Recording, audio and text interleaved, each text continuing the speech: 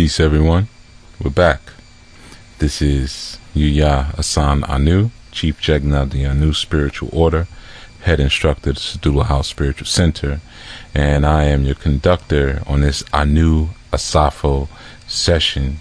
I know there's been some time since we've broadcasted Anu Asafo or Foundational Fridays, and as I've shared with many, I took this time away to reorganize and to reassemble a better grade and pedigree of individuals to contribute to this media broadcast experience that we call enlightenment and transformation.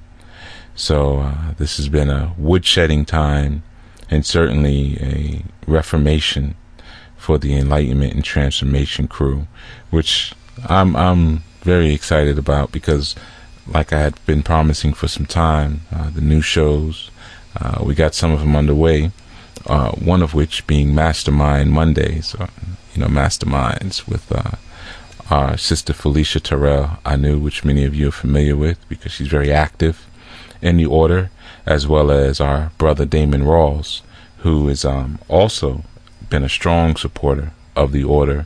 Their show airs Mondays at 9 p.m. and they're dealing with spiritual wealth, or more importantly, wealth and spirituality, how to blend the two together and how to get each one to generate a higher frequency of arrival, how to get your spiritual work to generate greater and more widespread forms of wealth, and how to use your wealth to enhance and cultivate your spiritual awareness and being. Okay, so I urge you all to check that show out. This segment, as you can see and you can hear, we've even begun it a bit differently.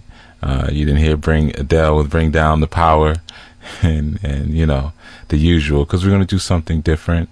I posted a video or a series of videos on YouTube with the conversation I had with a good brother of mine I've known for some years.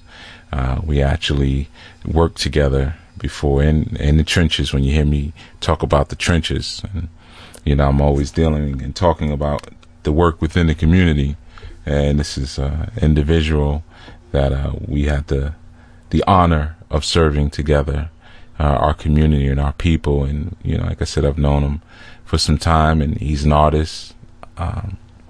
He's a vocal artist. One would call it MC or a poet. I think he's probably leans more towards poet. And he has a project out by the name of Living Mathematics, which is incredible. Before he had even released it, we sat in my family room, and he just played me the tracks for it, and we just really vibed out on it. And he's done an incredible work. Kasim Allah is his name, Kasim Allah. And we did a segment together where we just sat in the park and we just went through different ideas, and we explored in time travel. So that's what I'm going to share with you for this Anu Asafo segment, the bill between myself and Kasim Allah, Living Mathematics. Here we go. Our understanding that we have seeds is only a thought connection. The reality is these are individuals who came to the planet with their own mission, their own cause, their own purpose, and we're saying we're contracted a relationship. Will you be my daughter? Will you be my father? Okay. And what's interesting about that, a lot of times through disrespect, that relationship can be destroyed. Indeed. Because through disrespect, we fail to see divinity. We fail to see God. Spect means to see, re means God. So if there's no respect, the contract, you don't see yourself. It's voided.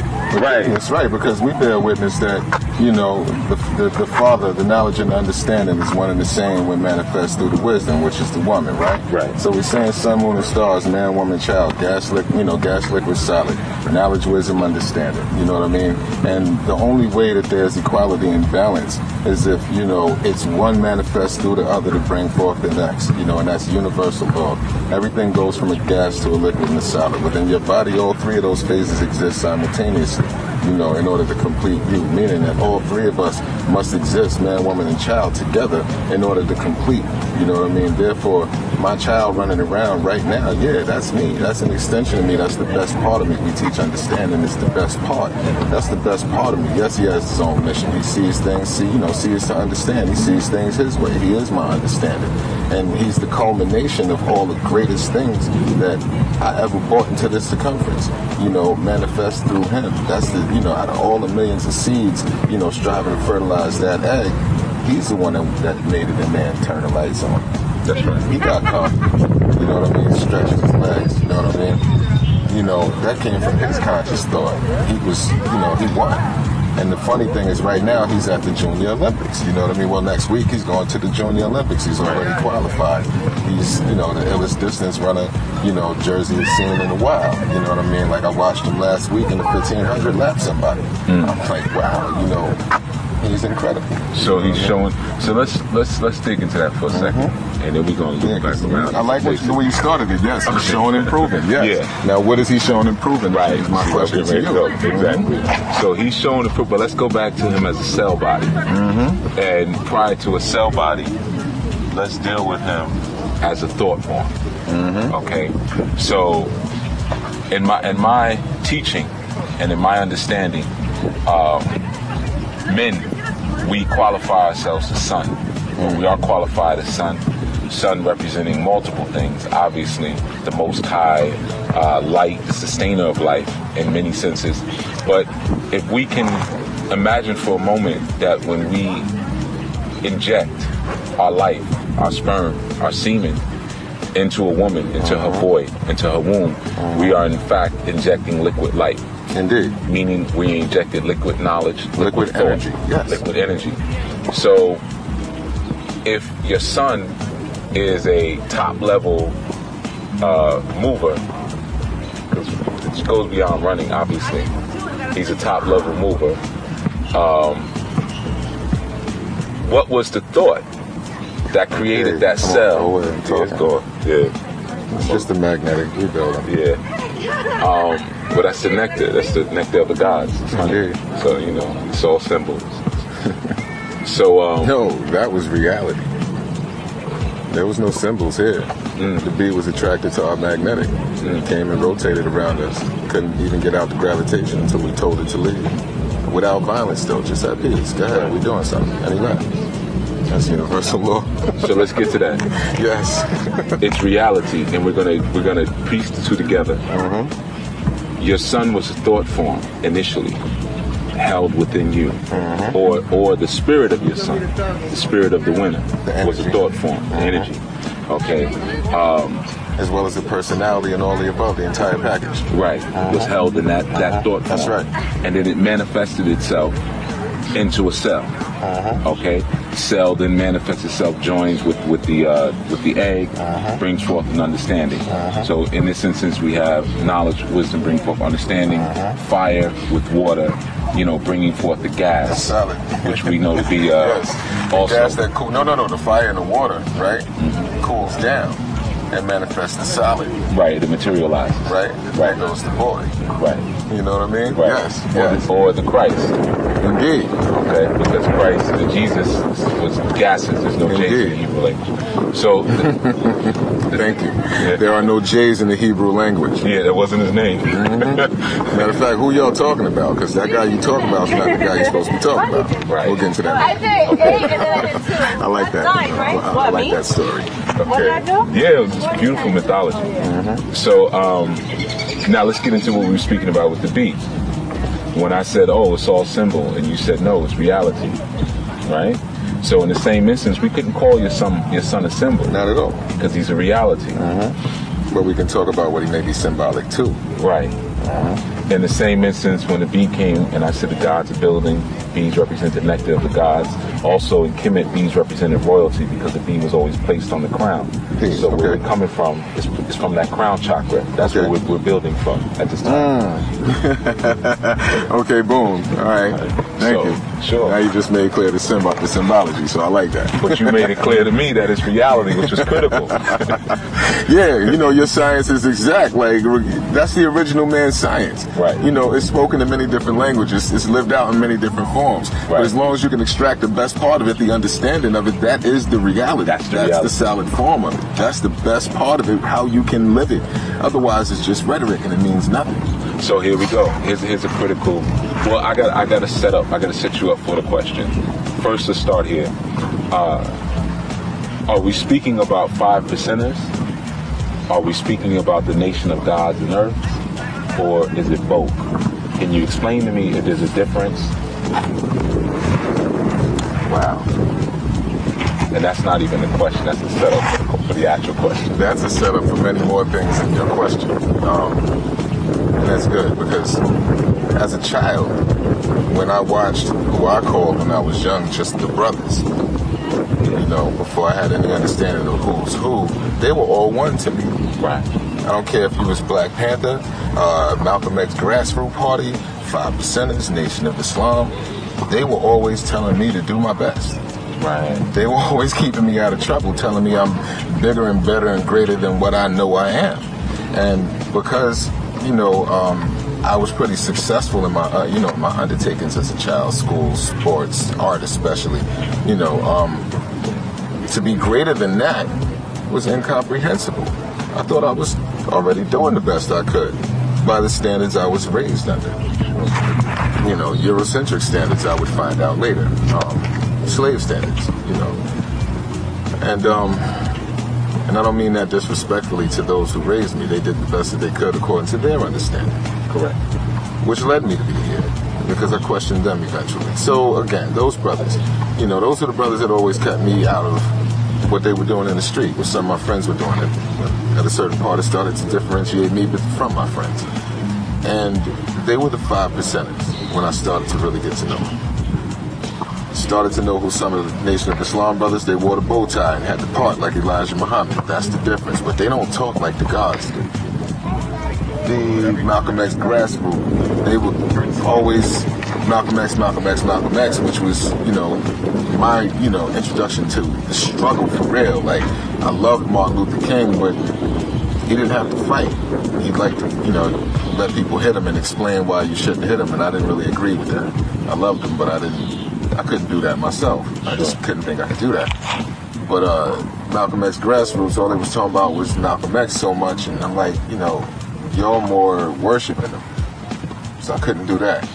You know, I enjoyed the cookouts and the rallies, but the gods, the way they spoke, they was young, they had money, they had women who spoke the same thing they were speaking.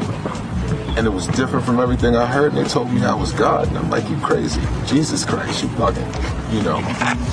And how you God when you don't get better grades than me? But I'd rather have conversations with them. You know, because at least they got me thinking about stuff nobody else did. So I'm like, you know, I went ahead to college or whatever, and I met 5 percenters there. You know, great God Allah from Medina, which is Brooklyn. You know, Universal.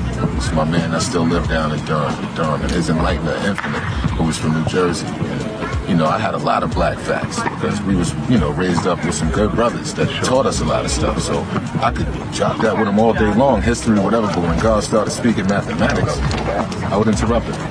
And they'd be telling me stuff like, don't cut my wisdom. I'm like, what wisdom? I don't understand what you're talking about, so it's not wise, you know, to talk like that. Right. You know, if everybody don't get it. And they would say, you got a point. And I'd be like, word? I stopped one of the gods. You made me think about. Now I want to learn more, because I was humble. Yeah, they allowed. We would do this all day long, but when I was right, they told me I'm right. Right. I wanted to learn more. They submitted the truth. Mm-hmm. Now, mind you, at the time, the Qs wanted me to be #1 online because I was a dance kid. I could rap. I drew all the flyers for everybody for the parties. I was a fly New York kid, real tall, flat top. It was cool, you know, and they teach me I'm not Greek, though. First thing they're like, yo, where's Greece? I look in Europe, that's not where I'm from. Right. Then he starts showing me some of their culture, how the people was living there. I don't live like that. I don't have to say that. Right. I don't live like that. Show me who they learn from. I said, yo. Let's just go back to the root then. I don't need to be there. Who did they learn from? Who is it that you saw? Imhotep. Okay. You know, more specifically, you know, because the greatest example would be Hippocrates, the father of medicine, right, healing people, but he learned from Imhotep, right, who was also a high priest, who was the architect of the Great Pyramids, like, and a brain surgeon. Right. That's multitasking. Only possible through what? Not mathematics, supreme mathematics. You'd have to understand yourself to be able to do all those things and handle that and not go crazy. So can you tell me the difference between mathematics and supreme mathematics specifically? We can add and subtract, but can you apply it? Okay. Supreme mathematics is mathematics applied. Okay, so it's almost like when they say knowledge is power. But we understand that applied knowledge is power. Knowledge is just knowledge. Right. Knowledge is just the foundation to everything you got. It sits unto itself. Otherwise, it wouldn't even exist if you couldn't know about it. But knowledge itself is not power. How do you wield your knowledge? Right. You know, what is your wisdom like? You know, and that's not just your words. You can be swift, but are they backed up with action? Because wisdom is ways and actions as well as your words. Right. That'll show me clear understanding of who you are and how you live, your culture. Right. And whether what you're saying or not is true. If it's going to free me, it must be true. That's the power. Right. The truth in your knowledge. And how that knowledge, that power can refine or clean up what your world is. And that's supreme mathematics. You know, 5 is power or refinement. Right. Some guys will teach us just power because you say, you know, you can't refine the truth. I say the truth refines, though. Right. The truth is a weapon to refine. Of course you don't want to refine the truth, because then that would not be the truth anymore. Then you'll create a lie because you messed with it. You tampered with it. It's no longer itself. Does truth evolve? Truth is truth. People evolve. The world evolves based on truth. Because regardless to whom or what, if the truth changed, then it would not have been truth ever. Okay. You know? It would be a fact. Because you have to stand on, exactly, you know, and we can say an actual fact or a fact, because there's a difference between that. Right. Actual facts, you know, are facts that exist right now. Right. A fact is truth, something that remains throughout time and condition. No matter what happens to it, it is still itself. And that would be a sublime truth. That would be a fact. An actual fact deals with what is reality right now. Right. You know, the actual fact of the day was people used to ride around in horse and buggies because they had to. They did not have cars. Now they have cars, so you have a choice. So now you see them both. Right. So the actual fact of today is you have them both. And you do not need one or the other. You can use each other depending on your needs. That's the difference. So difference between NGE and 5%. The 5% taught me what it was, period. What I'm learning, or what I see personally with NGE, you know, like the 5% has told me to study every single thing. Today I hear a lot of people telling me all I need is 120 lessons. That's religious. Because I was taught not to take anything on face value. Therefore, if I'm only going to believe the lessons, I'm not seeking knowledge at all. I'm just believing. That's religious. I'm not into that. You know, I want to know my lessons so I can go and research them and prove them. First to myself, so I don't run around here talking some nonsense. Right. And then secondly, I got something real to give to the people. What you just did, you actually answered what I was setting you up to ask. And the specific question was, if I am one who is invested in what's called African tradition, for instance, whether it be Yoruba, Akan, Kemetic, you know, South African Zulu, is there a place for me in the nation of gods and earth? Of course. Okay. Of course. It's yours. What's going to happen with mathematics? Because in my travels, you know, and that means time. You know, I've been here for 23 miles now, right?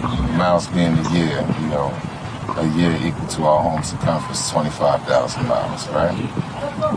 I've been here 23 miles in this nation. I've seen a lot of different schools of thought, you know. Many of them, all of them almost, try to be, or tell me they were better than the nation of gods and earth, or the 5% nation. I've seen them, they've had their share of material things, different influences in society and all the above, but the key words were in society. Once you're into this society, which we teach is the devil's uncivilization, or the devil's civilization, because they're civilized, you know. By those standards. Indeed, you know. Once you're in it, you're no longer within yourself. You're out of yourself if you're in something else. And mentally, if you subscribe to a thing, you become the thing you subscribe to. And, you know, there's a question, people beg the question, can you serve two masters? When you know you're the Lord of all the worlds, it is incumbent upon you to master all schools of thought and not subscribe to any one. So, yes, this is for everyone of the original people, because then you can freely travel through all those schools of thought, take the best parts of them all, you know, be an active part of each of your people's community without compromising yourself. I find it interesting in North Carolina, you know, where my mother's from. My grandmother's church, which I was a member of, you know, as a child, still considers me a member, right? Okay. And on their calendar, when my birthday comes up, my name is Kasim Allah. So there's a full acknowledgement. That's an important point that you're bringing up. It's something that we can reference there. A lot of times when we get into our traditions, whether they're our traditions or our original ways, our spiritual systems, one of the things that I always say is our qualifier to determine if it's real or not is, I say, what does your grandmother call you? When you go home, what do you call? Don't you know that's how we examine our brothers too? When I'm in your community, right? What do they call you? What do they call you? You know, how real is this? How do they greet you? Right. Because if you the dude that always says peace, even if they messing with you, what they gonna say? Peace. Right. Right. No, that's that peace God dude. They gonna change know their language. Right. They put the cigarettes away. Right. So they say, "Oh, I know you don't eat this. I made you a salad. You don't eat the pork. Or, you know, we season it with turkey. You know, what's your name, baby? How do you pronounce it again? I don't want to mess it up." Now, see, now my mom's, rest in peace, my old earth, not only called me Kasim, but gave me a nickname I didn't like, which lets me know she loved who Kasim was. Calling me Kasumi. That's not cute. Right. Or Kazi. Right. Come on. Really? But she acknowledged what the foundation she had to build upon, because you reestablished, basically you transmutated your molecules. So right in front of her. Yeah. Showed and proved it, because I became that person and lived it out and taught her about it and let her be okay with it. Not only her, my grandmother, who's a pillar in her church and in that community. I named her Big Mom, and the whole city of Eden, North Carolina refers to her as Big Mom, right? That's who she is. And that only came because I used to call her Mom, call my mother Sandy, you know, as a baby, you know, and they checked that. So, and I recall telling her, okay, well, since that's my mom and you're her mother, you're my Big Mom. Right. And that's where the name came from. Right. Right? So fast forward to like 94, you know, 95. I'm in my apartment in Mount Vernon on the phone, my grandmother laying down with my earth at the time. And it's about bedtime, I'm just building with her, and she's questioning me on my locks, right? And I start building, explaining to her how I see them, and, you know, how that energy and, you know, energy attractors, how the antenna, this, that, and the third. And she was like, well, you know, that's some nonsense, right? And I expected it from her, you know. But then I let her know about the code of the Nazarene, you know, in the Bible. And then I hit her with something real quick. And I was like, you know, Ezekiel 3:18, you know, when I say unto the wicked, thou shalt surely die, and he speaks not to warn him, nor warn that wicked man of his wicked way to save his own life. That same man shall die in his own iniquity, but his blood I shall require at thine own hands.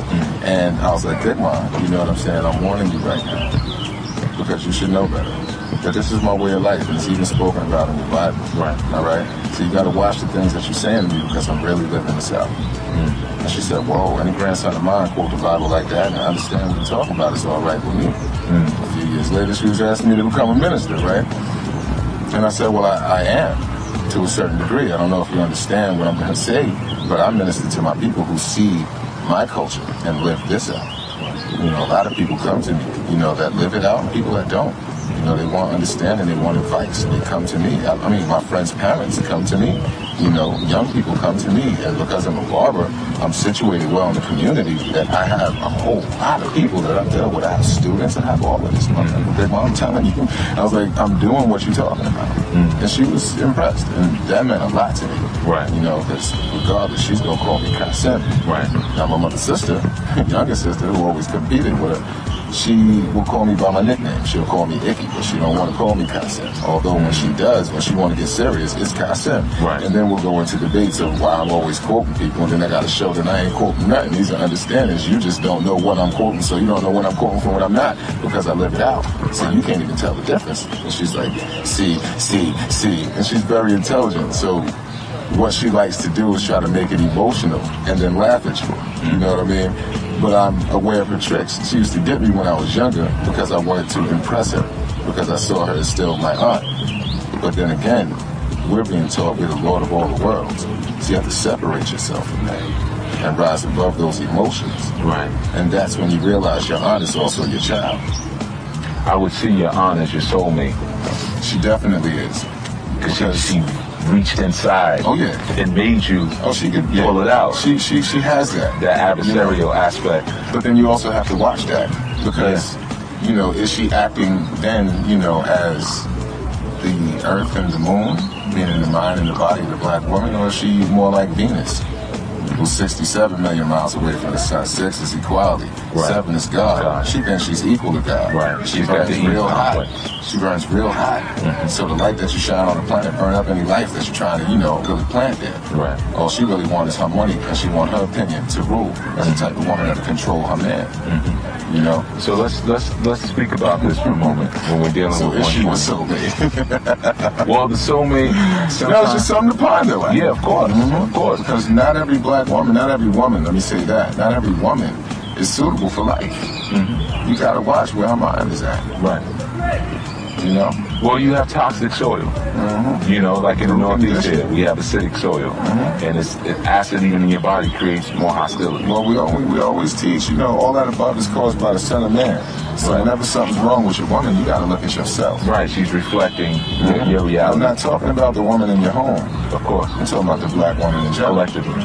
Because who got to protect her but us? Right. And if a mind's messed up, somebody messed it up, and we allowed that person to mess it up because they got to our woman. So let's speak about this for a second in terms of our relationship between man and woman. I teach, and it's my understanding that ultimately men are problem solvers, women are problem reporters. Okay.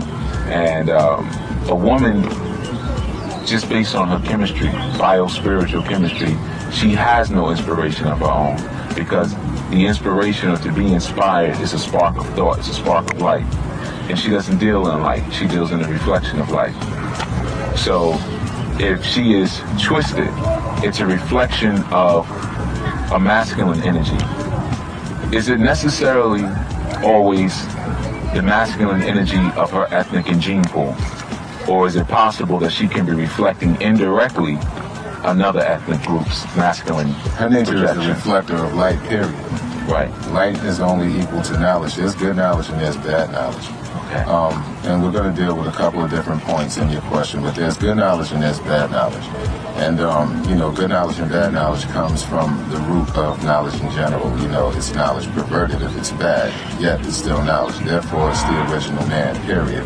I don't care if she got it from the white man, the yellow man, the red man. It's the original man because he's the father of all. He's the thought, you know what I mean, that began all life on the planet, you know, in all of its forms. You know, we teach Yaqub, you know, who's known as Jacob in the Bible, you know, was an original man and father of the devil. You know, he had the original thought to be other than, to do other than, to think other than, and then not only that, to make a people who would be other than, and did that, you know. And can be shown and proven in a lot of different documented geographical, historical, you know, texts. We can discuss that at another time or whatever. But anyway, therefore, if she's reflecting any light on the planet, good or bad, it's the light of the original man, you know, at its root. Therefore, it is up to us. I also will not say that she doesn't have her own mind. She is of the mind, you know what I mean, as we all are. Her physical role on the planet is a reflector of light, but she does deal in light because she receives the light. And she does with the light what she chooses to, because we teach her freedom. You know what I mean? In this nation. If she is not taught said freedom, or if she is just allowed freedom, like, you know, to go willy-nilly without guidance and direction like anybody on the planet, then that knowledge will in turn go bad. Especially if you lead with emotion before thought. You understand what I'm saying? And you know they're quote-unquote emotional creatures. I'm not trying to delve into stereotypes at all. I do bear witness that, you know, the black woman has the mind. You know, I say that mind is right and exact when it's in tune with the laws of the universe, though. When it's man, woman, and child, and it's proper respect. You know, when a man's not being cultivated and controlled by his woman's emotion and by her sex, you know, where he's just bending over backwards to please her and not taking care of his business. Because sometimes, you know, business will definitely get in the way of and derail pleasure, you know. And at the end of the day, if business is made born and complete, then the pleasure will be boundless. And that is something the man has to understand in his direction and guidance, you know, within his home, you know. And that's how I teach that. I don't think we disagree. No, not at all. I think that it's just in the wisdom. This is the key piece in what we're speaking about, and really what the radio show is that I do this about, or my students do more specifically, because normally they handle the interviews. They wouldn't have known what to ask me potentially. Well, that's why. You know, you know, I like what you're asking me. Thank you. You know, so the thing is, what I really try to highlight, because even as a priest and the tradition that I'm in, I'm a bit of a anomaly. And there's several reasons for that. One, because I came through various systems, and I'm not one who advocates throwing everything away. That's right. You know, that's right. Because you were orchestrated, okay? And there's different forms of intelligence, like you said. Please, brother. All right. Anytime I see a father or daughter, I gotta give extra. Brother. Yeah, brother. Extra. But you know. So in my system, we have various entities very similar to the Christian system, and they're called Orisha. And these entities, they are cosmic forces that help to keep things in motion and sustained. But the root of that word Orisha is Ori, O-R-I. And Ori means head. So to make a very long chronicle, as short as we can, the head is what's actually keeping everything sustained. You, and Ori means you as a god. Okay? We all receive the breath of life from Oludumare, who is, in this tradition, our originating being. Okay? Some people will call it the supreme being. The word Oludumare means the owner of the serpent's womb. Okay? Scientifically, what that's speaking about is atomic beginnings. In Kemet, we have Atum Mare, where we get the word Atum. Okay? Mare is serpent again. It's that Kundalini DNA. All right? Sure indeed. So when not the deceiver that, you know, Europe has turned the snake into. Certainly not. Let's continue. Yeah. Even when we're dealing with that reptilian culture, the reptiles are those who can handle Kundalini energy. Okay, there's only one people who can really do that. That's why you had movies like Snakes on the Plane, where you had Samuel Jackson, who had this bald head. He represented the pineal in the front of the plane, and what his job was to do was to bring the snakes down to the ground. So what Hollywood made him do was bring the Kundalini back down. He also did a movie called Black Snake Moan, which had a similar theme to it. Okay, so they use us in order to keep us from heating things up too much. So what's critical here, and what I'm really getting at, is the universality of truth and information. As a Babalawo, I stand out a bit because I speak more Ori, even when I'm speaking with my students. For instance, as a Babalawo, many of us, when we get people who want to come into our home, or Ile as we call it, they become your godchildren. I don't follow that model because that's Catholic. Okay, I have students, and you can be my student for a time, then you have to go out and come back and then teach me something. Okay, so my focus is Ori. Now I bring this to a very important person in my history, when we speak about the cultural influences. Now, you and I both grew up in Westchester. I grew up in Mount Vernon. You grew up in New Rochelle, which are neighboring towns. I lived in New Rochelle for a little while on DeWitt Place. I lived in Mount Vernon for a time. So there's a certain vibration for us Westchester people. And ironically, no, coincidentally, we both now also live in the same county again, in another state. And like I built with my sister, there are no coincidences. Right. Well, I say coincidence because we're talking about coinciding angles. Okay. And if you and I are angles of light, I totally agree. then we coincide. No, we just elevated it from that 6 from the devil's uncivilization and their meaning, and I'm with you. I say. You know what I mean? That's peace. So, yeah. It's that universality of the information that I try to highlight to our people.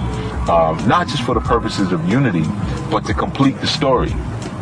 So a lot of times people will ask me, wow, what do you own about all this information? I owned it for 7 years by the name of the Wig Out. It's still there. Yeah, I know Wig Out. That's my shop. I named it off a Heavy D song. Okay. Okay. I was in Macadocious. Macadocious, Rob was in Macadocious. I know Rob well, behind the mall. Okay, and Brother Bashir ran the mall. Yes, okay. So, you know, yes, sir. Westchester. So, there was a brother by the name of Infinite Allah who used to come into the shop. And he was dealing with some challenges at the time. And he saw that I always had books there, thoughts and philosophies, Marcus Garvey, and, you know, but I was a Christian at the time. I was even preaching, doing revivals. But I had some trouble there because I didn't get the whole story. What was the devil so pissed off about? And why was Jesus the bright and morning star and Lucifer was the star of the morning? It sounds like we're talking about the same person. Why did we have Solomon? When we break his name down, it means the son of man, or the son of man, which was a reference to the pineal. And why was Jesus called the son of man? Why did Solomon take the jinn and trap him in his ring? It was so many questions. I'm saying I'm not getting enough here. And Infinite, one night, he started explaining to me about Parliament. Okay, and he described it like it was Shangri-La. Can you describe Infinite physically? Okay, Infinite was going back a ways now, but Infinite was probably about your height. His complexion was a bit lighter than mine. Well, a lot lighter than mine. Bald head. Did he have a scar on his face? Yes, he had a scar on his face. That's my DJ. That's the one that made the beat for Living Mathematics. Nah, that's too much coincidence. Is it Sherman or Sheridan? I don't know where you live. No, I'm telling you. Yeah, I used to go over there.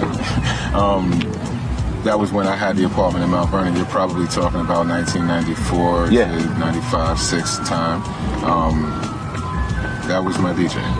That was my enlightener. Okay, he gave me my first lessons on a paper towel. Call Infinite or give you his number right now. Okay, he gave me my first lesson on a paper towel. I was begging now, and this is the point I'm getting to. When I was a child, of course, I was born in Harlem. The Nation of Gods and Earths was obviously you had the Nation of Islam on every corner, but we also had these other brothers who would stand in circles and with best sneakers. Yeah. The guys had the illest and 3-finger rings, and they were cool. They looked cool, and we going back to the days of the Zulu Nation. So let me really bring it back to where it was. Yeah, we're talking the 80s. So we're going back then. So we had the Zulu Nation, but we had these other brothers, and they looked like stick-up kids because they used to wear some type. Because back in the 80s, stick-up kids had a certain way, the Run DMC look. That was a stick-up kid look. But they weren't stick-up kids. They just looked extra cool. And a lot of them used to be. That's how they dress. Yes, sir. So there was always almost a mystification of the Nation and Gods and Earth. When I was younger, you couldn't just get lessons. Nah. And you heard about all of these horrific things that would happen to you if you tried to just go get or tell somebody to give you lessons. When I was younger, fronted like you were one. You said you were a god, and then you got what they call a G check now.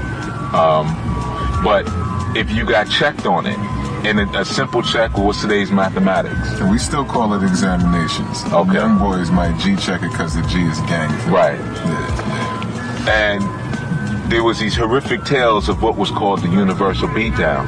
You remember this? Those are not tales. Of course, you know, I'm building up to something. So, yes, man.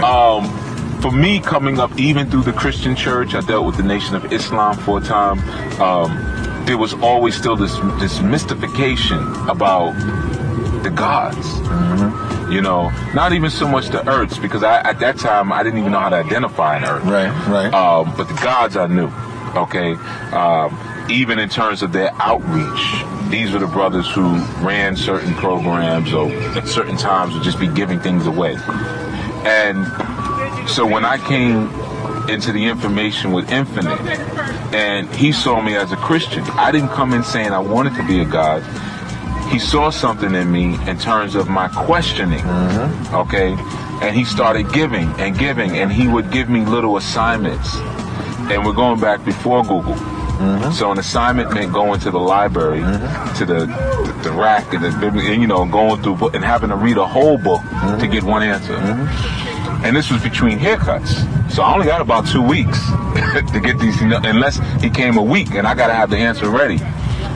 So the gift he gave me, which was the giant gift, he gave me my mathematics one day on a napkin. Okay, which I still own to this day. I have it pressed. It's a precious thing for me. Just let me see it, and I'll know You'll know the handwriting. His phone number, name, and everything is on it. I don't even need that. Okay. I need to see how it's working, because we all memorized the same supreme mathematics when we were coming up. Okay. Before we wrote our own. Okay.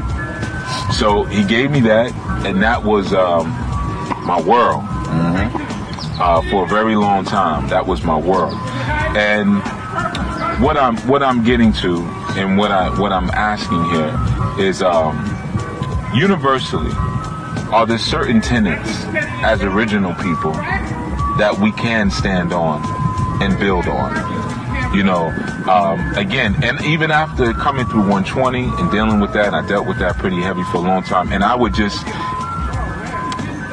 anytime I came to a God, if I could just be around them, something might flick off. Oh yeah. And I get a little bit of information. But I always had a certain level of insecurity because I was a Christian. Okay. And I had brothers who rode with me who were gods and who were FOI and without me. Be like, you know, you don't tell him nothing. You know, you know. I remember the era now. See, getting lessons was a serious thing. And one of the things I'm asking here, aside from that first question, which is a more critical question, I'm sorry, but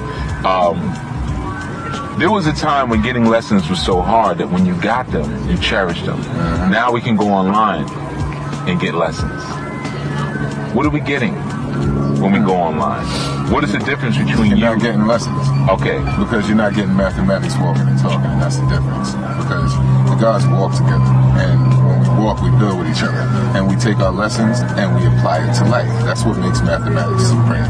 So at any time, you can look out there and you should be able to pull certain lessons out of what you're seeing. You understand what I'm saying? Or the understanding, because it teaches about family life.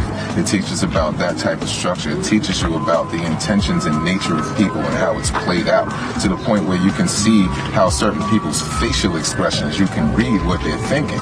And if you engage them in conversation, you'll see that more often than not, you're correct. You know what I mean? Because it's the science of everything in life. Everything goes all the way down to what is also unsaid. People communicate much more profoundly without speaking. 83% of it. You know what I mean? So that's the best part of this thing, the understanding. You know what I mean? I know I'm getting ready to get off on a tangent, but mathematics will teach you to do that too. It'll take you from one place to another. I'm losing my point right now. Just again, let's look at what's going on over here. I'm seeing people coming together for one common cause. That common cause is to, you know, get their bodies together. Sure. There's a degree that describes what a common cause is, and that's the 8th degree in the 1 to 14 when it talks about a social equality. You know, social means to advocate a group of people or groups of people or a group of men and groups of men for one common cause. We have one right there. Their common cause is to come together to increase and improve their physical being.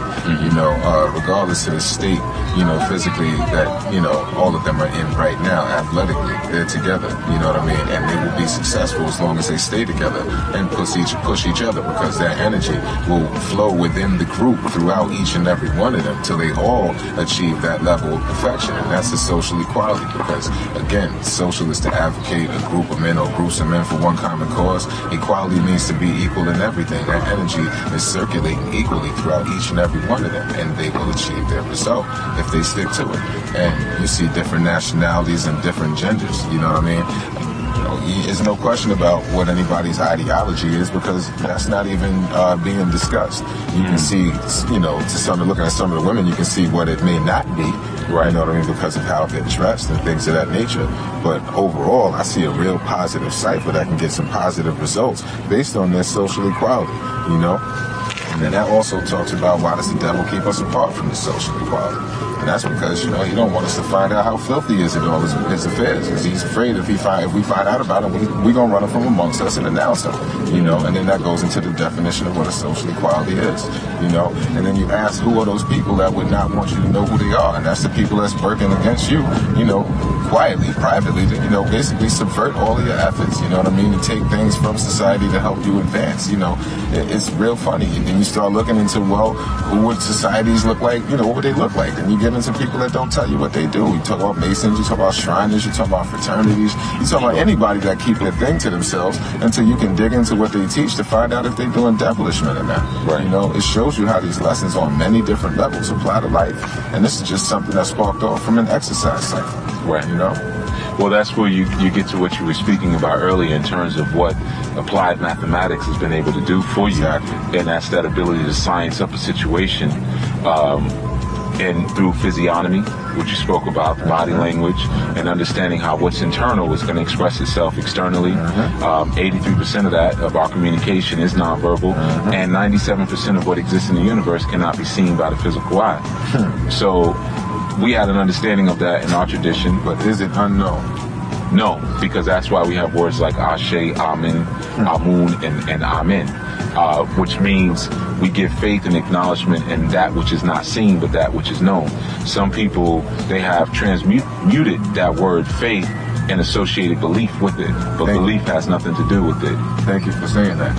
So it's like you said, is it known? It's knowledge.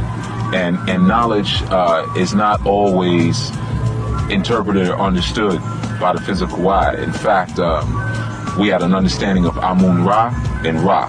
Ra was symbolized by a round circle with a dot in the middle, which of course also symbolizes the first eye, or the pineal organ. For us as original people, we know that it's an organ and not a gland because it's actually active. Okay, but then you had behind Ra, you had Amun Ra, which meant the unseen aspects of light. So light can come in different forms. Light can come in a form in which is seen, but light can also, or knowledge can come in a form in which is unseen. And I think one of the things that you said that was critical, when you have those people in that group like that, and they're generating a certain kinetic energy amongst them, that's an unseen energy, force, and motivation that's bringing them to the next place that they desire to. Question. Yes, sir. Is it truly unseen? Because we both recognized it. But we're also both functioning from the first eye reality. That's not a but, though. Okay. Because this is still supreme reality. And we also understand the majority of the people don't function like that. Right. Therefore, it does exist, and it's only unseen to those who don't know about it. There is no unknown. So should we say that the people who are unable to see it are the abnormality? In a normal state or in a natural state, they are living in an abnormal state. What they were taught was abnormal, is not mathematic. And because of that, they're living in an abnormal state. They are not abnormal people. They have abnormal teachings, and they're emitting an abnormal energy, something that is not balanced, which is why they look for greatness outside of themselves, and the unknown stays that. Because, one definition of faith is the hope of evidence of things yet unseen, right? Right. I don't like to say the hope at all. It's the knowledge. Right. Of the evidence of things yet unseen. And it's only unseen to those who don't know how to see, because I saw it was right there. You saw it was right there. And that's for those who have been taught to see, Right. It's not that you're better than nobody or greater. I'm not greater than nobody out here. I've been taught, and my duty is to teach. because it's right there. So let's ask this question, because hope is a product of anxiety. So obviously, an individual like yourself who is dealing with applied mathematics has no need for hope. All you probably, not all, but a large basis of what you're dealing with is calculation and formula. Indeed. You know, you only fall back to hope when, you know, your plans begin to not come to fruition, and you think you covered all the bases, and you begin to question yourself. But that's what renewing history is about. You know, so you can go back and retrace your steps and see where you made an error, correct said error, and watch, you know, some success come to you, which will lead you closer and closer to your goal. Because if it's something that you haven't done yet, it's not that it is unknown, it's just unknown to you, and you're striving to gain the knowledge, which makes you a student and not a master. So when you're actively learning something and doing it at the same time, there will be failures on, you know, en route to mastering what it is you're doing. Eventually, though, you will get there if you continue. Do you plan mathematically? Indeed. Indeed. Does intuition have a place? Yeah, you know, I'm gonna quote your man Bob Marley real quick. Love a brother for who feels it knows. You know what I mean? Because, you know, energy creates feelings. You know what I mean? You can walk into a place and know I shouldn't be here. You can walk into a place and know that you're going to reap the benefit of whatever comes from the energy and what's happening here. And you can feel that, know that, and you'll stay, you know. And, you know, we've performed it before. So we've had symbiotic relationships with energy and people, you know, and large amounts of it. And you know when the crowd is yours. You know when they're not. You also know how to bring them over to you. You also know whether or not it's working. Yeah, that's more than profound. Especially when we're speaking about this idea of saving our people. One of the things that I always point out, at least to myself as a reminder, is who is my people? Who are my people? Okay, is all skin kin. You know, right and exact, bro. Because sometimes it's a distraction. It's a distraction from our personal mission. It's a distraction from the collective mission. And some people are here on the planet to be distractions, to be deterrent. Okay, so we're speaking about the project, Living Mathematics. Indeed. Living is life in motion. Simply.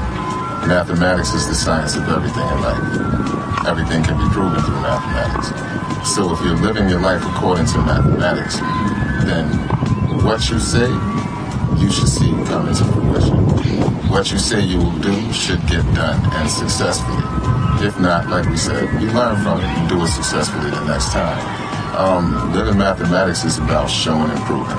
You know what I mean? One song, Yaku.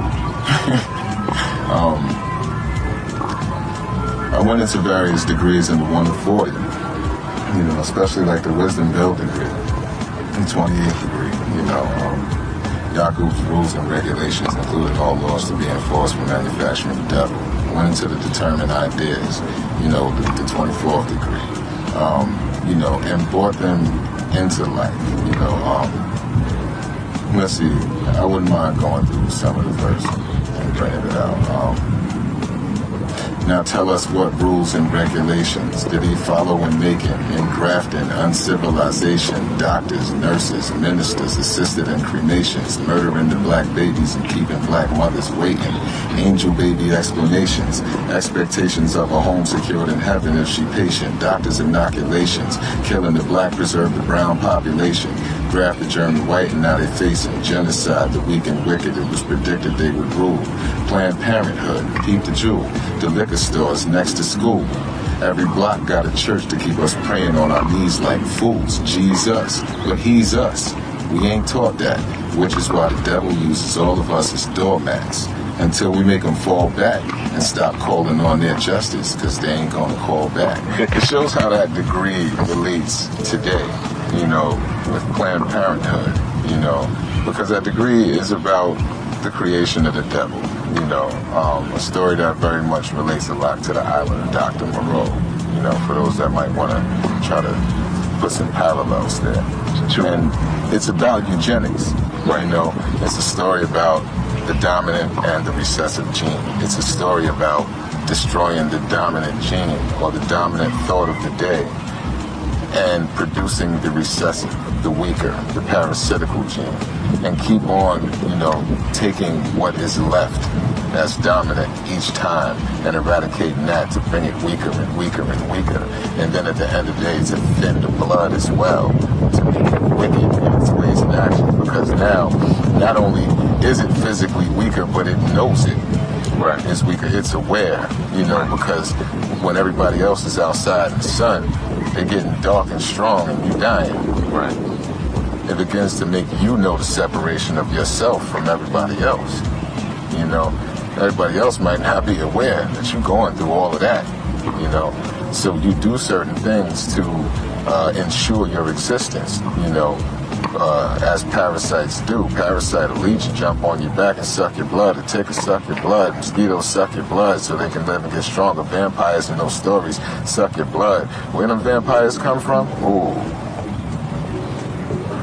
Where the cavemen come from? Every one of the movies, they never told a lie about where they come from. Quest for Fire, even a funny movie, Caveman, you know, Haraka, when they discovered fire. You know, we was using fire. They discovered it. Right. They found it.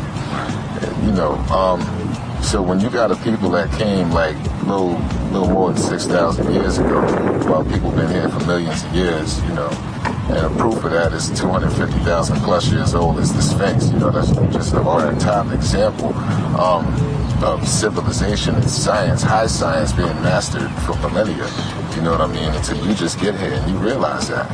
So what do? You go to the root of your own existence and take everything that you need from those who did everything previous to you, and then say that you made it up. Right. So it's an issue of genetic survival. Indeed. So what you do, you go and you kill everybody, you know, that you know has prominence. You go kill all the men, all the scientists, all the doctors. You burn the libraries. You do those things, you know. And then you take those people and you start dumbing them down. You start teaching them, you know, the story of the victor. Because, you know, we have the stories of them coming from the caves, you know, Ruddy and the paranoid people, you know. Ruddy meaning as though they were burnt like the sun, you know what I'm saying? Coming into everybody's community, killing up everything, keeping the women, raping the women, killing the babies, killing the women sometimes too, taking everything of value, you know, going to Solomon's tomb, you know, trying to get all the jewels, you know. And the funny thing is, you know, we know the assassins in the Knights Templar, we know they teamed up to go into Solomon's his tomb and get the jewels. Y'all think it's treasure. They took his knowledge, man. Right. You know, that's why I'm glad you broke his name down. You know, the Son of Man. That man knew he was God. Right. You know what I mean? You go on and work with science and God. Exactly. You know what I mean? Ain't no mystery about what has been taken from us, except amongst the people it was taken from. And then those who've been awakened to it and begin teaching it, it's the hardest job because, you know, we just as broke as them. So they're like, how you gonna tell me, you know, you God, you know what I'm saying?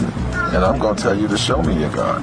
You know, but I gotta wait till I'm dead to meet your God, then I'm going to hell because I ain't believing him. I'll take my chances here. Yo, you crazy, you brave, you bold, but that stuff you saying be true though.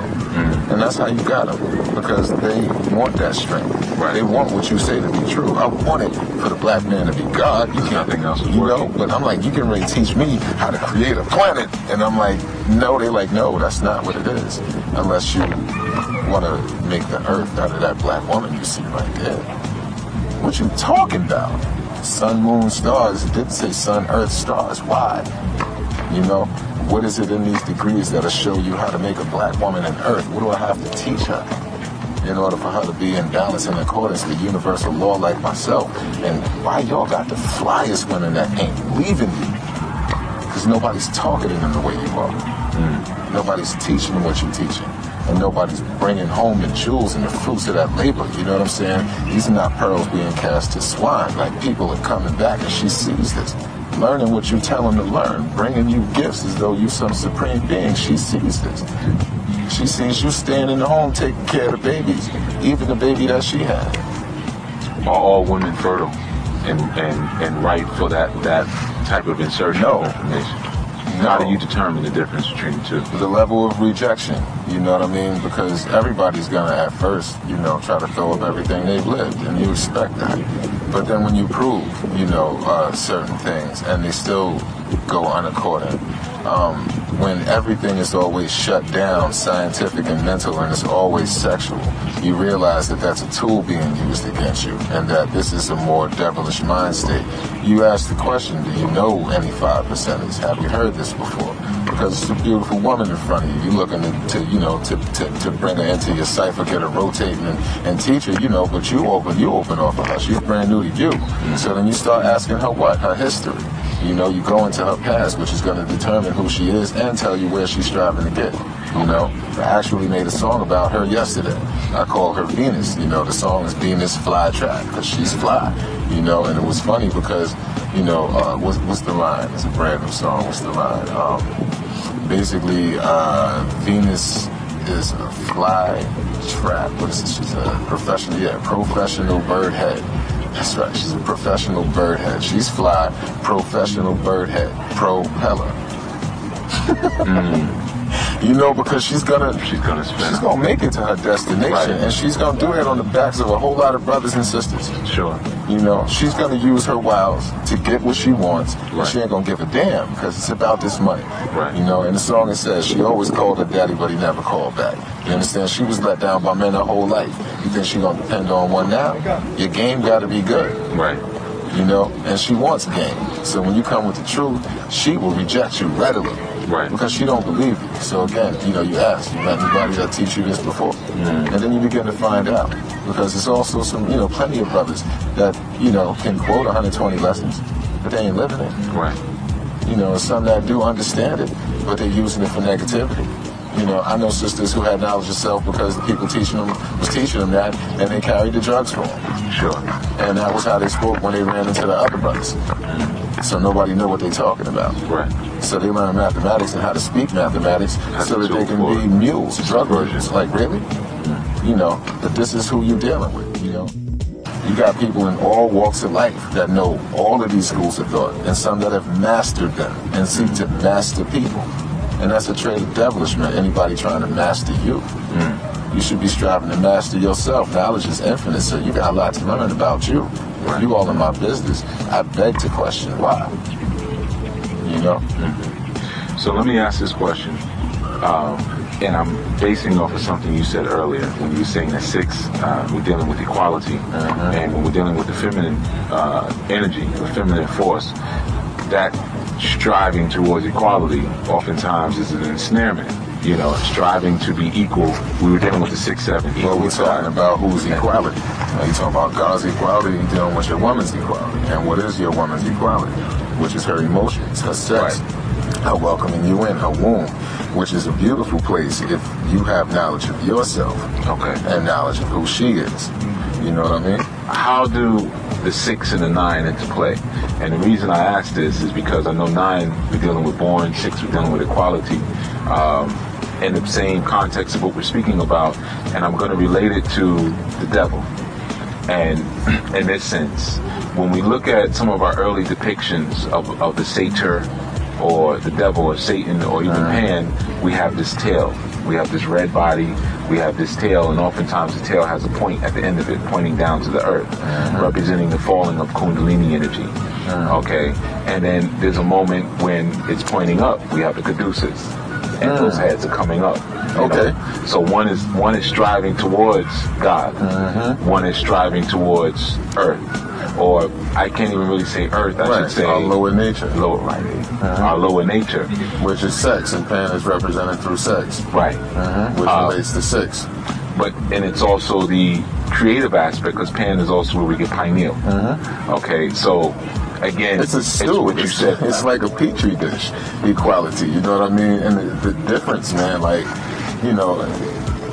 on a lower sense of equality, like I said, petri dish, it could be like a mosh pit of ideas and principles and ideals and events and experiences and all of that. Right. And that in itself is nasty. Right. All right? Right. God's equality is organized through mathematics. It has a direction. It is flowing. It's not stagnant. All right? You're being stuck in emotion, and in sex, and, from argument to sex, to argument to sex, to argument to sex. You're stuck. That's stagnation. Right. You understand? And that's bad equality. And what's born from that is devil. You know what I mean?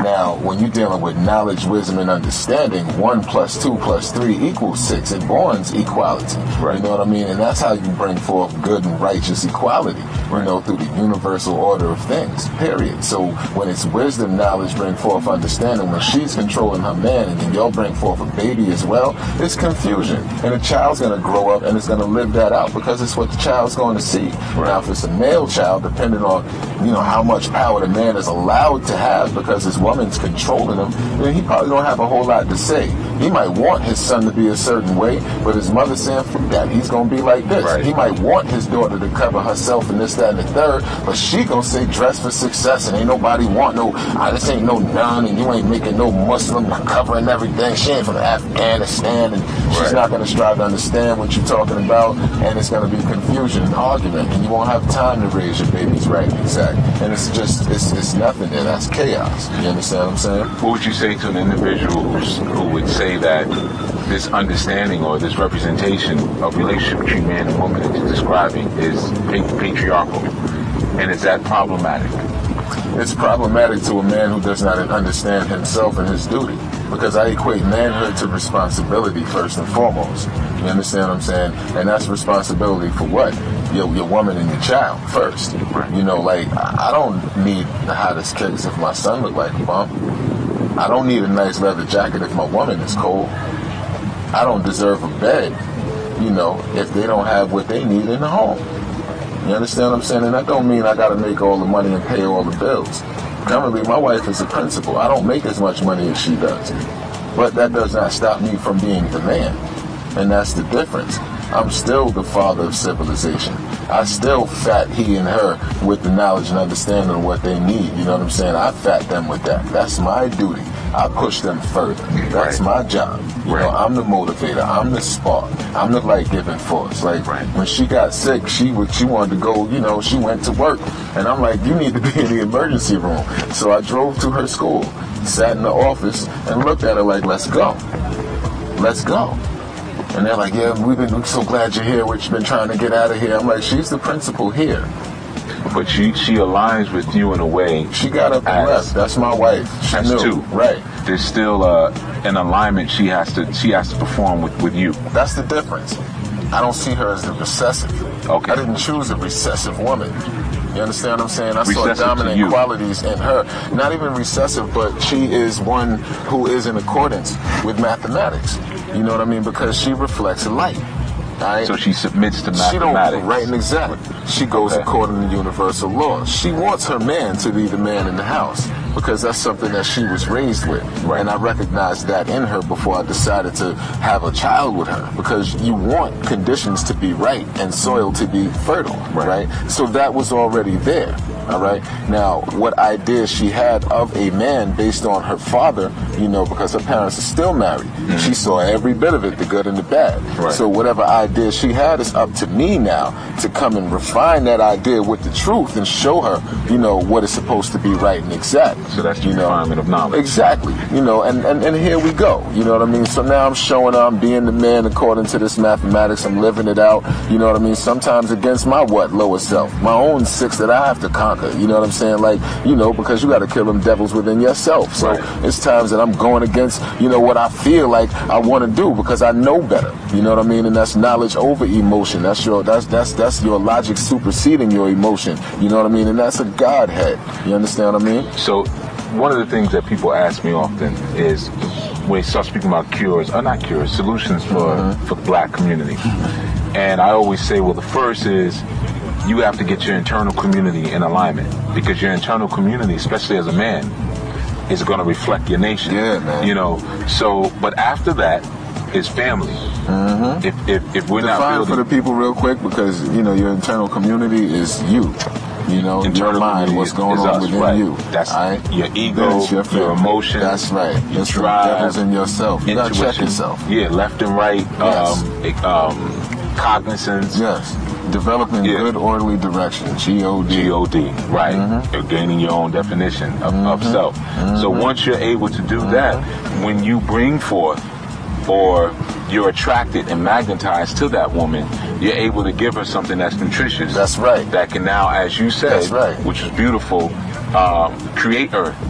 You know, now you become the creator, the architect. And you're the maker, the owner, the cream of, the father of civilization, the God of your universe. That's right.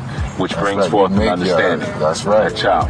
Now, I wanted to ask you, and I know I don't want to hem you up because I know you got to get. What time is it? We've been here for an hour. See how that goes? I love that though. Truth I master equally. Indeed. Measurement of motion, strictly. What is the responsibility for each member of the family? To be themselves. Okay. To know your nature and live that out. If you're the mother of civilization, then mother your civilization. Be the nurturer, you know, be the healer, be the warm breast that the child needs to cry on, be the comforter and the assurer, be the empowerer and enabler when necessary. You know, be mommy, be the place to run to cry. That's very important. Be the air to bounce things off, because daddy's going to come through with the actual fact. He's going to be the hunter-gatherer. He's going to make sure everything is in place. He's going to tighten every bolt that he needs to be tightened or whatever. All right, I'm going to run down there and I'll take everything out the wash and throw it in the dryer for you real quick, and I'll bring it upstairs because you're tired of doing your job. Like, you got to know your role. The child has to be, you know, it has to be the explorer. The child has to get out there and learn and feel protected and have fun and enjoy life. So the child will start off with a great perspective and be successful. You have to teach your child. You both together have to teach your child. You have to be in accordance. So if you tell your child one thing and you're not a father, look, I said do it that way because that's what it is. Now, there's science behind that's what it is. Right. Now, the mother being the reflector of the light, you know what I'm saying? When the child goes to the mother, daddy said, I can't, trying to get the mother to say yes, the mother will what? Reflect the light. Not only it is what it is, but this is why it is what it is. Don't you get that? And bring forth what? The understanding in the child. That's her job. So, if I can understand this in terms of expectation, a man is bringing, he's not the thinker, but he's the knower. He's bringing knowledge. This is what it is. The woman has the experience of that knowledge because she's applied said knowledge. So she's able to say to the child, the man is I don't mean to cut you, the man is all three of those things at once. Otherwise she has nothing to reflect. So the man is knowledge, wisdom, understanding. Because you have to be born into the cipher before you can born anybody else. What is a cipher? The cipher is a 360 degree. The cipher is existence. Okay. We could talk about it being a circle 360 degrees, but a cipher is existence. And within those 360 degrees is 120 degrees of knowledge, 120 degrees of wisdom, 120 degrees of understanding, which is thought, word, and action, and then what comes as a result of word and action. Okay. Right? The understanding, the best part of it. And you have to go through those stages, you know, in your own manhood, in your growth and development as a man. And in supreme mathematics, supreme alphabets, 120 lessons, you know, it teaches you that. It teaches you how to deal with that and how to go through that, because it's knowledge itself, which makes you look in yourself first, all right? And then you get yourself to a certain point where you know yourself, you mastering your circumference, you making things happen, and you find that you need in your circumference a black woman that's right and exact. And you know the reason she's right and exact is because when you get this black woman, you're not trying to date nobody. This ain't about having a fly girl on your arm and you sporting her. It's about, you know, building a nation. So you're looking for somebody who's fertile soil, you know what I mean, so you can plant your seed. Not just your seed, you know, your physical seed, your child, but the seed of understanding. Your thought. You know what I mean? So you want to see if this is somebody who's conducive to your culture and who will live it out and teach it to your babies and appreciate it and love it, because Islam is I sincerely love Allah's mathematics for the black woman, because Allah is now bringing her supreme mathematics, good orderly direction, God, you know what I'm saying, in the physical form, as well as what she's been looking for, what she thought she'd been looking for outside of herself. We step right to it like, peace, queen. And that introduction, she's, hey, mom, Yo, what up, Ho? And all that nonsense that these 85s, these people from the dead, these Lazaruses run up on her with. You know what I mean? She's accustomed to that, and she hears peace queen. Her head is up. What? What you call me? I'm not a queen because brothers haven't told her she was. So then you give her what a queen is. A queen is one who know God. She thinks she know God. She all in the church and everything, and then you teach her she really don't. And you teach her that she know God. She can build alongside of him. What does that mean? Oh, that's just mathematics and alphabets. What is that? You got her. Right. And you teach her. And you teach her not with just, you know, looking at, yo, she got a nice butt, I'm going to get that. But you teach her because you honestly want her to have it. So let's ask this question when we're dealing with the idea of the cipher, right? How does it relate itself to the term Lucifer? Well, you want to play with semantics? You want to say loose cipher? You know, a loose cipher is definitely devil, because if stuff ain't tight, you know what I mean? Then, you know, all points ain't connected, and you allowing for holes in your cipher, for negativity to come in. That's how Lucifer come up in your cipher. Okay, so And now... I haven't heard loose cipher since the 90s. And the Matrix, that came out in 99. Cipher was the one... No. Lewis cipher. What's his name? Yeah. Angel Heart. Angel Heart, right. Lewis Cipher, you're right. And who was that devil that walked in there? What he looked like? Go ahead, you saw the movie. You know what he looked like. They told the truth. Yeah. This had to be... They told the truth, had you to be know? done this way. I think they lied with Damien, with the Omen. Damien Omen. They lied with Damien because you saw he became the president. Yeah. You know, but the way to really unify the world is to have a black president. You know what I mean? Because then that gives the dark people hope. And he was born through what? The Jackal in the movie, right? Right. I'm not trying to diss his mama, but... I'm with you. We can go to the Caucasus Mountains and get accounts of jackals. I'm with you. I know people that's going to look at this going to be like, oh, I hate him for saying that. He's such a racist. I'm not a historian. Well, the reality is, if you're being presented with a real teacher is going to be an outrage and an offense to your ego. Okay, so if someone's teaching you and you sitting there, amen, and then ashe, and that's right, then your current premise is being strengthened and nothing more. Right. And that's teaching the devil. should offend your ego, because your ego is your satanic aspect. It's your lower Yes, nature. sir. So Yes, it sir. should be offensive. Yes, sir. To that. Yes, sir. But It your should be an spirit exorcism. Peace. You feel like you just ate a great meal, you know, in your spirit. You know how it is when you build, and it's that removal of time, because we're leaving the understanding or the cage of our physicality.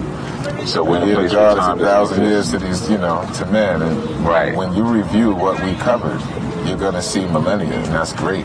In this hour, it's that travel that you so speak about. much time. Yes, right. It's that travel. One of the things that you said, you know, again, asking about the concept and the idea of Lucifer and how it may pertain to cipher. As you said, cipher is existence, cipher is life. But in our Christian mythology, we have this entity known as the serpent, which may not have necessarily been Lucifer, but it's been implied that that may be the case. And if that is the case, Lucifer, even in Masonic understanding, Luciferian understanding, Lucifer was the one who gave the key from the prison. And I'm just going to ask something covering it. When we're dealing with this Garden of Eden mythology and the fact that Adam, Atum, and Eve were essentially robots to this God, okay? This God, okay? Not necessarily the God or right God, but a God, okay? And Lucifer came and said, no, listen, if you eat of the tree of the fruit of knowledge, which actually was represented Da, from the Kabbalah tree of life. So that was that unknown Sephiroth, the dark Sephiroth, the 11, okay, going through the gateway of the 11.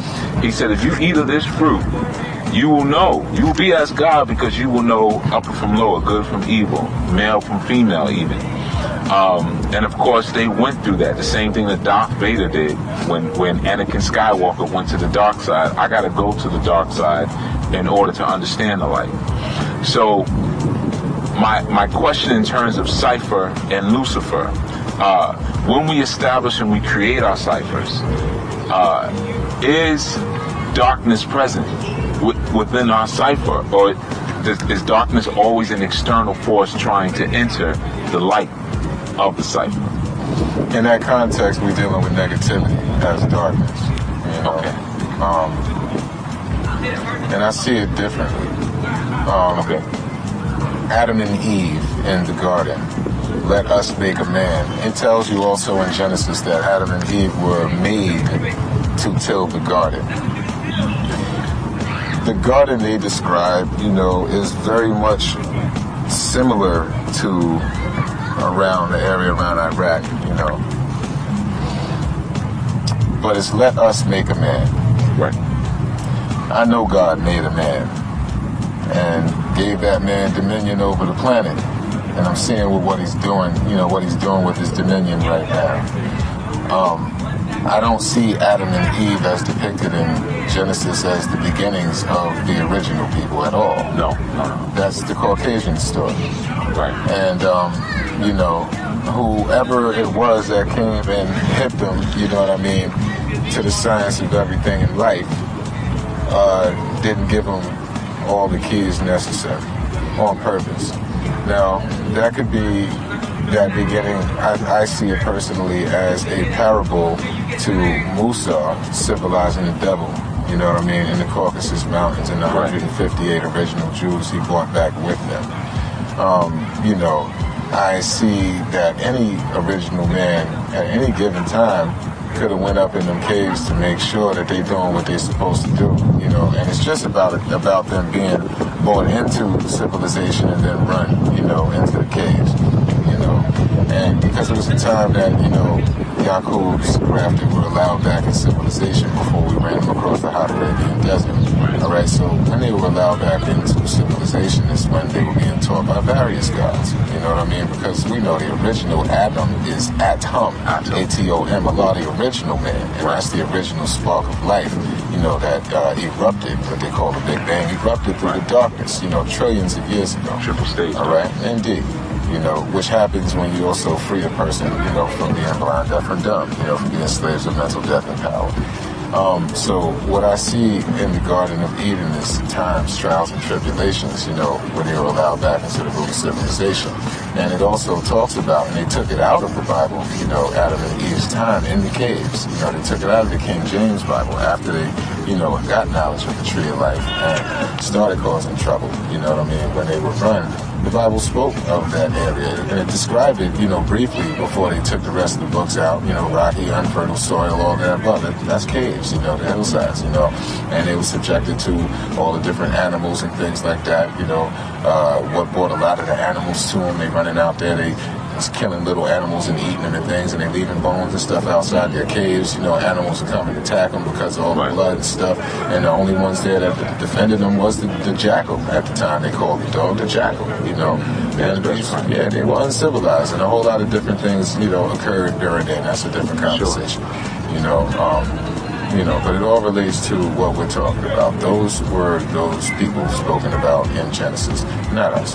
The gods that made them were us. And, proof is put in let us make a man, it's right there.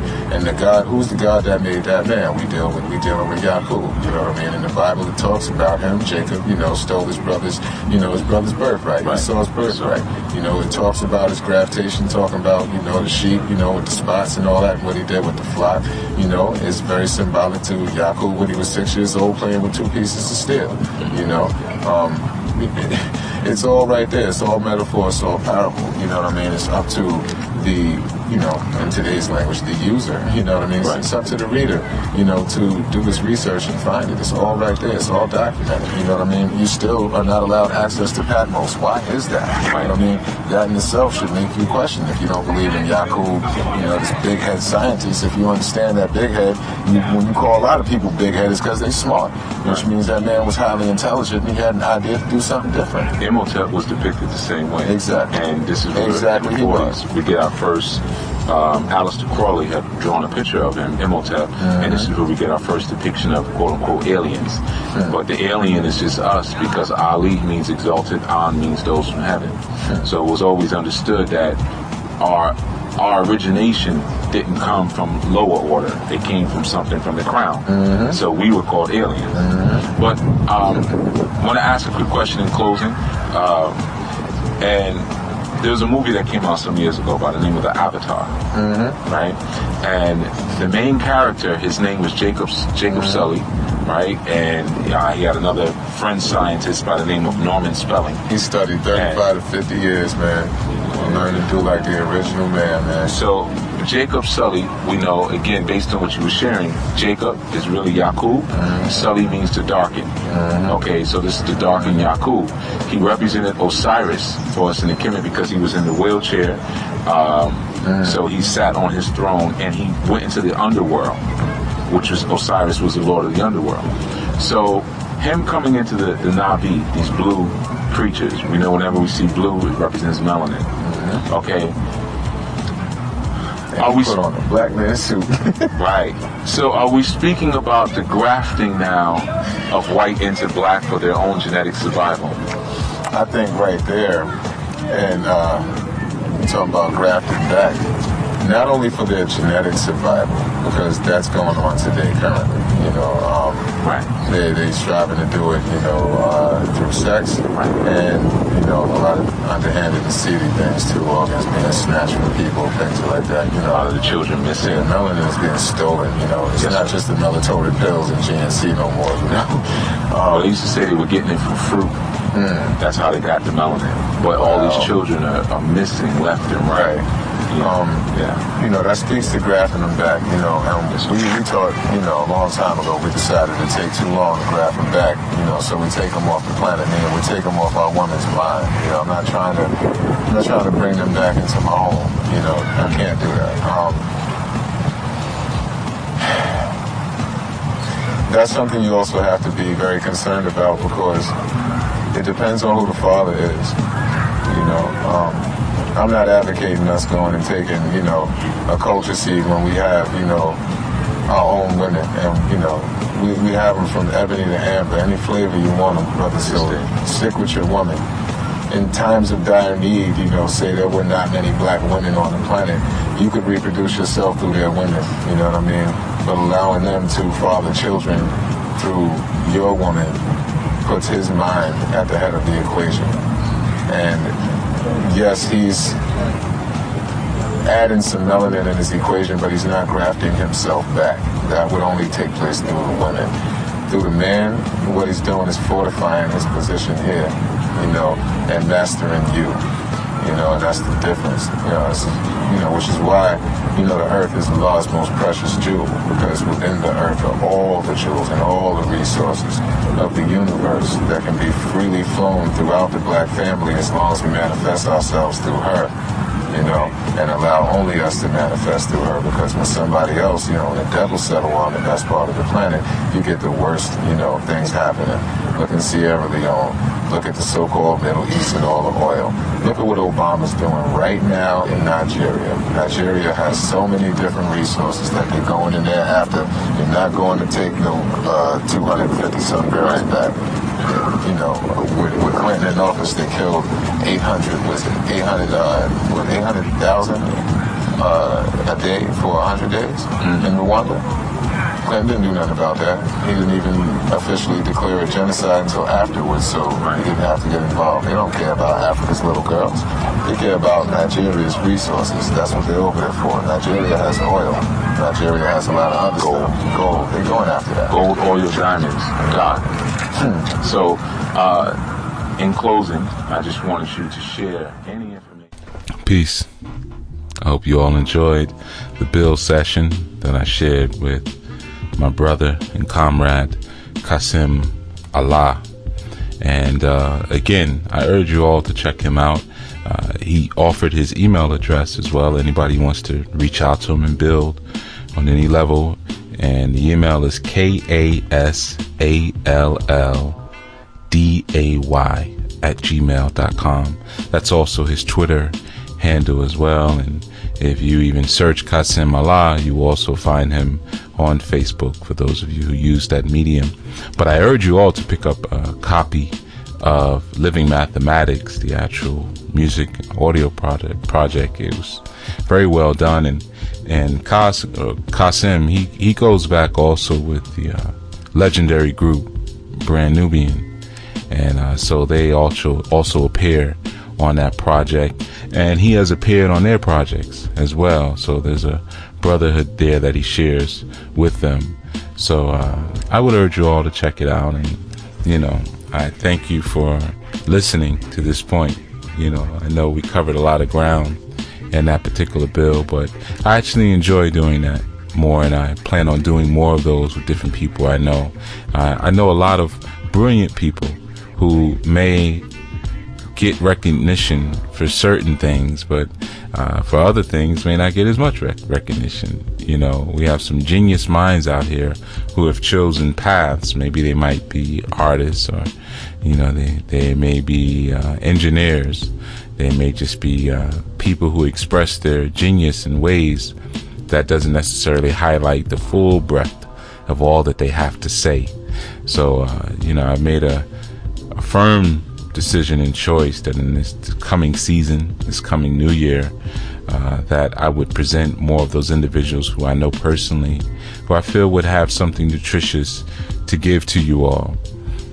With that, I also want to remind everyone that we have already officially begun our self-actualization tour, and it's been going wonderful. Our next stop, we just did the Tamaqua, Pennsylvania Fair, the Metaphysical Expo, which was a real wonderful experience. I mean, it was some really cool people there, and I was able to, I was one of the keynote speakers, and we had a packed house. I mean, there were people sitting on the floor and standing up in the back and in the doorway and stuff, and everyone was really, really thankful for the information that I was able to bring forth through spirit and through soul revelation in that time and in that space. So that's always a good thing. So our next stop will actually be the Lawrence Metaphysical Fair, and that's in Lawrence, Kansas. That's in Lawrence, Kansas, the Lawrence Metaphysical Fair, and that'll be on July 12th. All right, the fair itself starts July 12th, 10 a.m., and it runs to July 13th. I think the hours are like 10 to 6, something like that. And that'll be at the Douglas County Fairgrounds at 2120 Harper Street, Building 21. And again, that's in Lawrence, Kansas. After that, I'll be heading to Oklahoma on the 19th. And then I'll be in Austin, Texas on the 26th. And then of July, I'm speaking. And then in August, I'll be in Albuquerque, New Mexico at the Obsidian Health and Wellness Fair. And on the 2nd of August, I'll be in Phoenix, Arizona at the Alpha Book Center. Please come out to that. And on the 7th of August, I'll be in LA at SO1 the bookstore, which to me is a legendary bookstore because so many great people have come through SO1. And I'll just be there doing a book signing and just spending some time building. Anybody who just wants to come through and build and ask me questions or whatever, and of course get your book signed. I find that more and more people want to get their copy of Grasping the Root of Divine Power and Solutions for Dysfunctional Family Relationships signed. And I have to warn everyone, I have horrific penmanship. So, it takes me a long time. When I sign books, I try to sign them in a way so that they're legible, which takes me a little longer than most people. And also, whenever I sign, I don't just sign, God bless, put my name. I actually do a mini reading inside of each book. So people have been very thankful for that experience. And they say, when they get the books back, and like, wow, you actually did a Intuit session and wrote it down in the book. So, I urge you all, come out to SO1 bookstore. SO1 is at 4327 Degnan Boulevard in Los Angeles, and it's ran by two brothers that are, I got some opportunities to build with them before and just sit and chop it up, and definitely some really good energy in that store. I love the store. I love that whole strip. There's a bunch of stores on that strip down in LA, but please come out, let's build. And then on the 15th, after that, I'll be in Dallas, Texas. I'll be back in Texas at the Pan-African Connection bookstore. And then on the 16th of August, I'll be in New Orleans on the 16th at the King and Queen Emporium. I'll also be doing some stuff in Congo Square as well when I hit New Orleans, so it's gonna be high energy. The New Orleans hit.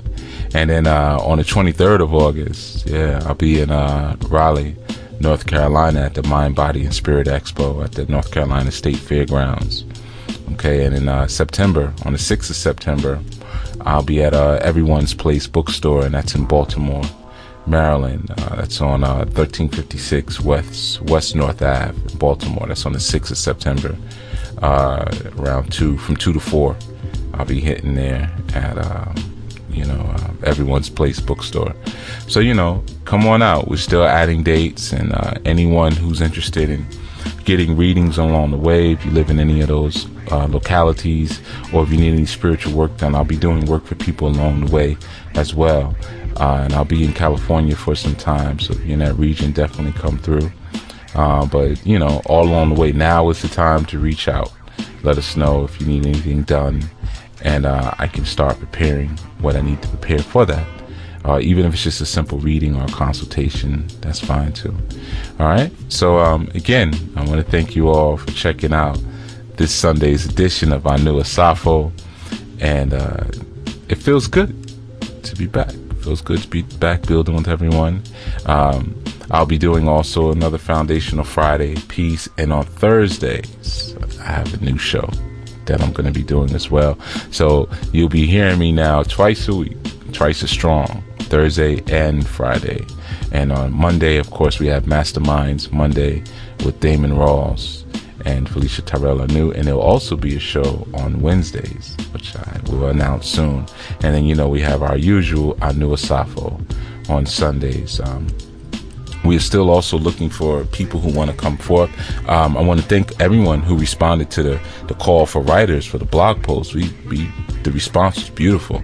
A lot of people were very interested and honored to be put into the pool of writers for blogging on the Sedula House website, as well as Orisha Religion and some of the other sites we have. So that has been really good.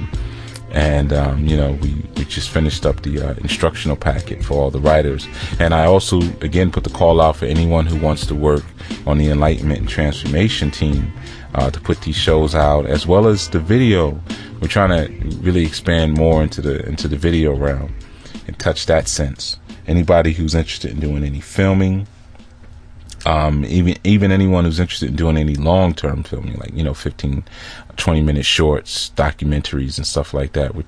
We have some ideas that we've put on the table that we really want to expand into. But just even for the radio show, to help with the back end, help with the production, reaching out to potential guests, as well as hosting. Anyone who is interested in that and would like to be considered, definitely reach out to us. You can always send an email at questions@anunation.com, or you can send an email to info@enlightenmentandtransformation.com, info@enlightenmentandtransformation.com, and we can build on that further. All right. But until next time, I am Yuya Asan Anu. This has been Anu Asafo, which is a product of the Anu Spiritual Experience and Training, and of course is typically ran by the students of the Sedula House Spiritual Center, where we specialize in self-actualizing spirituality. But until next time, Odapo.